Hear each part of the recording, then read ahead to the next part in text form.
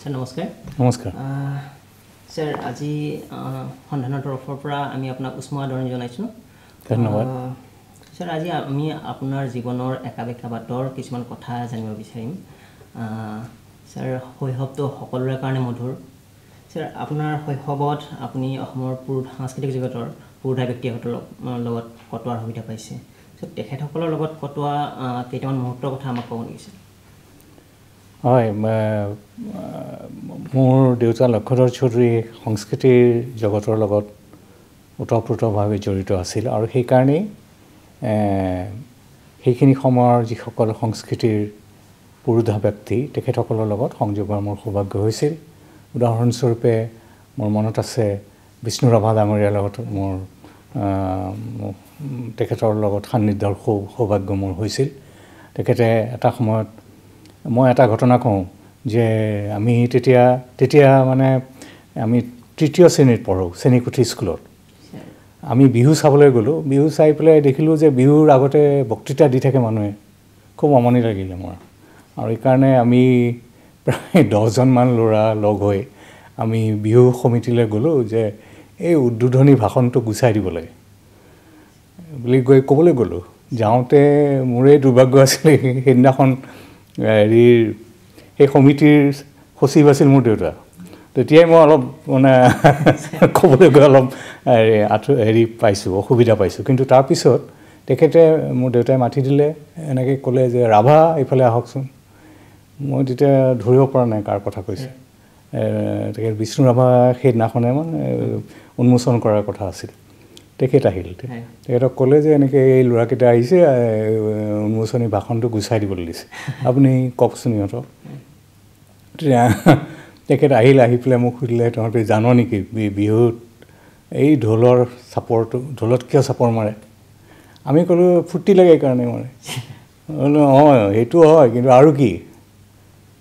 আৰুতো নাজানো। ক'লে গগনাটো কিয় বজায় তেনেকৈ, এইটো কিহৰ কথা? আমি একেই উত্তৰ আমাৰ। সেইকাৰণে তেখেতে আমাক তেতিয়া মোক বুজাবলৈ ধৰিলে যে এইবিলাক আচলতে এই ঢোলৰ চাপৰত আমি আচলতে ফূৰ্তিৰ কথা হয়, কিন্তু সেই মেঘৰ শব্দ, চৰাইৰ শব্দ, গগনাত এইবিলাক আমি ধৰি ৰাখিব খোজোঁ যাতে প্ৰকৃতিক আমি দেখা পাওঁ। তো এইবিলাক কথা তহঁতক কোনে ক'ব যদি উন্মোচনী ভাষণত মই নকওঁ? এইবুলি কৈ তেতিয়া আমাক বুজাই পৰাই মিঠাই চিঠাই খুৱাই আমাক উভতাই পঠিয়াইছে।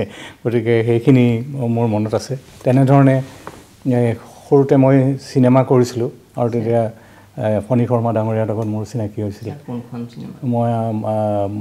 মই দুখন কৰিছোঁ, মাক আৰু মৰম আৰু আমাৰ ঘৰ বুলি। আমাৰ ঘৰ কৰোঁতে এই ফণী শৰ্মা ডাঙৰীয়াৰ লগত মই অভিনয় কৰাৰ সুযোগ পাইছোঁ। আৰু তেতিয়া তেখেতে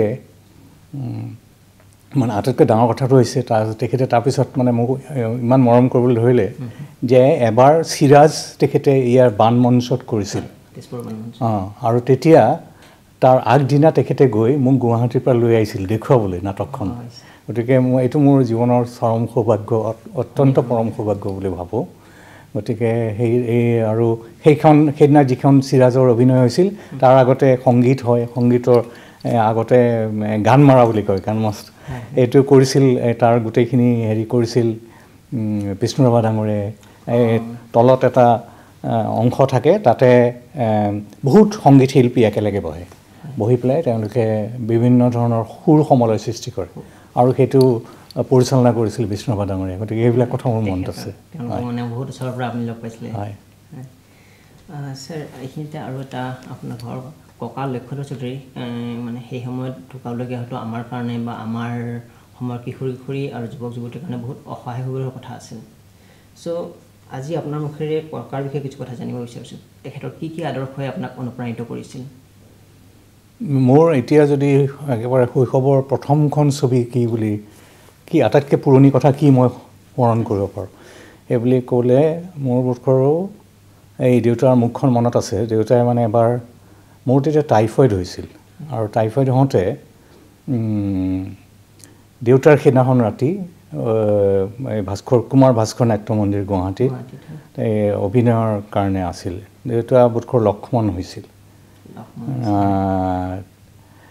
সেইকাৰণে মানে এটা সময়ত এনেকুৱা হ'ল যে মোৰ খুব জ্বৰ বেছি উঠিছে, গতিকে ঘৰৰ পৰা যাব নোৱাৰে। তেতিয়া এনেকুৱা হ'ল যে গোটেইবিলাক আহি ডাক্তৰ কেইজনমান আহি পেলাই মোৰ ওচৰত আছিল। ডক্টৰ আনন্দেশ্বৰ বৰঠাকুৰ বুলি, তেখেতৰ কথা মোৰ বিশেষভাৱে মনত আছে। তেখেত মোৰ লগত আছিল আৰু দেউতাক মানে পঠাই দিছিল যাতে কোনো চিন্তা কৰিব নালাগে বুলি। তেতিয়া মই এটা চৰ্তত দেউতাক যাবলৈ দিছিলোঁ যে আমাৰ ঘৰৰ ওচৰতে আছিল কুমাৰস্কন নাট্য মন্দিৰ। তেতিয়া যে মানে সেইখিনি সময়ত দৃশ্যাংক হয়, এটা দৃশ্য পিছত এটা দৃশ্য, সেইখিনি সময়ত বহুত সময় মানে খালী থাকে, সেইখিনি সময়ত যাতে আহি চাই যায় মোক। গতিকে মই সেইকাৰণে লক্ষ্মণৰ যিটো মেকআপ কৰা হেৰি মুখখন আছে এইখন মনত পৰে মোৰ এতিয়াও।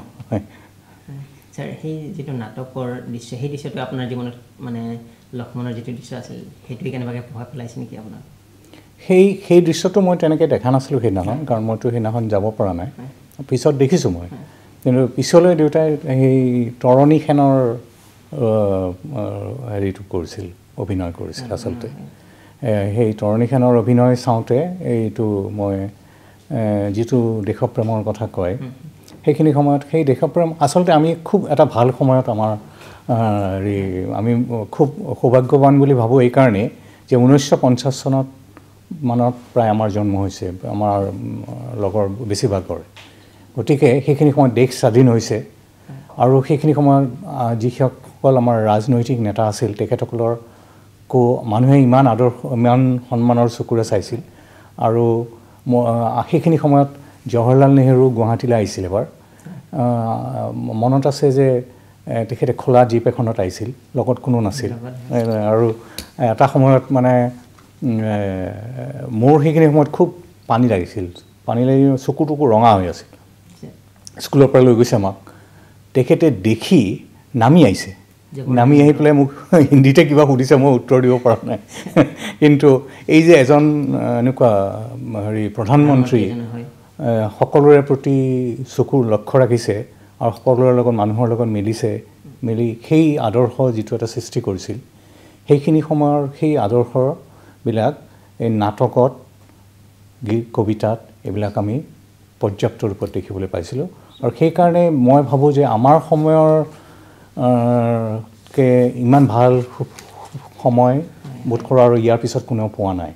সেইকাৰণেই আমাৰ সময়ৰ যিখিনি ল'ৰা ছোৱালী আছে আমাৰ বয়সৰ, এতিয়া আমি আটাই বুঢ়া হ'লোঁ, কিন্তু সেইসকলৰ মাজৰ যিসকলে সৎ পথত থাকিব পৰা নাই, মই ভাবোঁ যে তাতকৈ আৰু দুষ্কাৰ্য একো হ'ব নোৱাৰে। কাৰণ আমাক দেশখনে ইমান ভাল সময় দিছে, আমি আটাইতকৈ আৰু এইটোও বোধ কৰোঁ হয় যে আমি সেইখিনি সময়ৰ শিক্ষকসকল আমাৰ ইমান ভাল আছিল। তেখেতসকলৰ জীৱনৰ দৃষ্টান্ত খুব চমুকে মই কৈছোঁ। আমাৰ স্বাধীনতা দিৱসত আমি তেতিয়া সেই চেনীকুঠি বুনিয়াদী স্কুলত পঢ়োঁ, মই প্ৰথম নে দ্বিতীয় শ্ৰেণীৰ ছাত্ৰ। যেতিয়া স্বাধীনতা দিৱস হয় তেতিয়া খুব বৰষুণ হৈছে, ধুমুহা বৰষুণ আহি গ'ল, ফ্লেগখন উৰুৱা হ'ল কিন্তু ধুমুহা বৰষুণ আহিল। তেতিয়া এই যিডাল বাঁহত এইডাল আমাৰ পতাকাখন উৰুৱা হৈছিল, এইটোখন পৰি যোৱাৰ উপক্ৰম হৈছে, হালি গৈছে। তেতিয়া আমাৰ প্ৰধান শিক্ষক ডাঙৰীয়া চন্দ্ৰী শৰ্মা, আমাৰ মনত আছে, তেখেতে আমাক চিঞৰি আমাক বাৰাণ্ডালৈ উঠিব দিছে। আমি ল'ৰা ছোৱালীও আছিল, আমি এইবিলাক গৈ পেলাই বাৰাণ্ডাত থিয় হ'লোগৈ। তেখেতে প্ৰায় 45 মিনিটমান সময় সেই বৰষুণত তিতি এই বাঁহডাল এনেকৈ ধৰি আছিল। এনেকুৱা ধৰণৰ আমি কিছুমান দৃষ্টান্ত পাইছোঁ। এতিয়া তেনেকুৱা আমি দৃষ্টান্ত আছেনে নাই মই নাজানো, কিন্তু আমি অত্যন্ত সৌভাগ্যৱান বুলি ভাবোঁ। আপোনালোকৰ সময় বহুত ভাল আছিলে। ছাৰ, আপোনাৰ দেউতা লক্ষ্যধৰ চৌধুৰী, ৰাজনীতিবিদ লক্ষ্যধৰ চৌধুৰী আৰু সাহিত্যিক লক্ষ্যধৰ চৌধুৰী, কোনজনে আটাইতকৈ আপোনাক বেছি আকৰ্ষিত কৰে? এনেকুৱাকৈ ঠিক ক'ব নোৱাৰি, কিন্তু সেইখিনি সময়ৰ ৰাজনীতিৰ এটা আদৰ্শ আছিল। ৰাজনীতিৰ আদৰ্শটো আছিল যে তেখেত সমাজবাদী পন্থাত বিশ্বাস কৰিছিল। গতিকে সকলোৱে সমান অধিকাৰ পাব লাগে, এইটোৱে কথা। আৰু সেইটো কৰিবলৈ যাওঁতে যে কাৰো বেছি মাটি থাকিব নালাগে। দেউতাৰ বহুত মাটি আছিল। আমাৰ আগৰ পৰিয়াল যদি ভাবোঁ, আমাৰ এনেকৈ কয় যে জমিদাৰৰ ঘৰৰ আছিল বুলি, কিন্তু সেই বোধকৰোঁ এই পন্থাত বিশ্বাস কৰিছিল কাৰণেই আমাৰ উত্তৰ গুৱাহাটীত যিখিনি মাটি আছিল সেইখিনি দেউতাই খেতিয়কক দি দিছিল গতিকে সেই ৰাজনীতি আৰু আদৰ্শৰ মাজত এটা সমন্বয় দেখিছিলোঁ যেটো কথা তেখেতৰ সাহিত্যটো দেখিছোঁ গতিকে মই ভাবোঁ যে এই গোটেইখিনি আচলতে সম্পৰ্কিত এনেকৈ ভাগ কৰি থ'ব পৰা বস্তু নহয় গোটেইখিনি চাগে তেখেতৰ মানুহ বিচাৰি কিতাপখনত হয় সেইটো যিটো ভাৱ সেইটোৱে প্ৰতিফলিত কৰে স্যাৰ তাৰমানে আপুনি ক'ব বিচাৰিছে যে ৰাজনীতিক ককা লক্ষ্মীধৰ চৌধুৰীক আপুনি বেছি ভালদৰে ভাল পায় মানে বেছি ভাল মই ঠিক সেইটো কোৱা নাই মই এনেই তেখেতৰ ৰচনা পঢ়ি বেছি ভাল পাওঁ কিন্তু আৰু এইটো হৈছিল যে এইখিনি সময়ত ৰাজনীতি কৰি থকাৰ কাৰণে আমাৰ ওচৰত থাকিব নোৱাৰে এনেই মানুহৰ লগত গুচি যাবলগীয়া হয় আৰু সেইকাৰণে আমাৰ খুব আপত্তি যে এনেই দেউতা ঘৰত থাকিলে মানে অনবৰত সাধু কৈ থাকে নাটকৰ কথা কৈ থাকে আৰু খুহুতীয়া কথা কৈ থাকে আমাৰ ফূৰ্তি হৈ থাকে আৰু মায়ে এনেকৈ আমাৰ ঘৰটোত আগতে খুব বানপানী হয় বৰষুণ দিলে পানী উঠে পানী হ'লে তেতিয়া আমি গোটেইবিলাক দেউতা বানপানী হ'লে আমাৰ খুব ফূৰ্তি কাৰণ দেউতা ওলাই যাব নোৱাৰে আৰু মায়ে খাটত বহি খাটত ওপৰত উঠি ষ্ট'ভ এটা আছিল আমাৰ এইটোত মানে পকৰি চকৰি ভাজি দিয়ে গতিকে বা মালপোৱা ভাজি দিয়ে এইবিলাক মানে অত্যন্ত সুখৰ সময় এনেকুৱা আছে